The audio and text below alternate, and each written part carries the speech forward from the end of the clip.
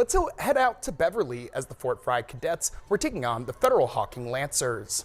We pick it up in the first and a big block for the Lancers, but Kainen Bradford is going to show that grown man strength, power it up for the cadets, get the bucket, cadets up 5 early in this one. Halfway through the first, off the missed free throw coming right here, it's Nate Adams getting physical inside. He's going to get the tough man basket to extend the cadets' lead to 8. Fort Frye in transition, Grady Hessen will dish to Bradford, who will work inside, put his defender through the spin cycle, and finish through the contact for the and one. The Lancers would respond though as Cam Joy gets the rock, finds Dylan Haynes, and the nice backdoor cut for the layup to make it a 6-point game.